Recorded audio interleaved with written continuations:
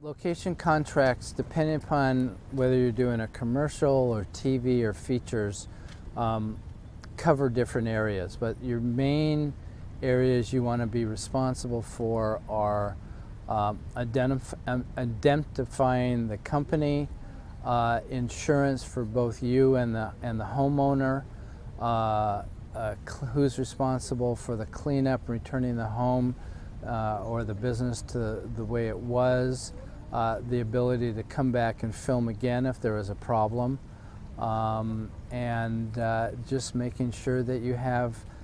really that your legal people have given you an airtight contract and that the contract is fair. So it's fair to you and it's fair to the location where you're filming at.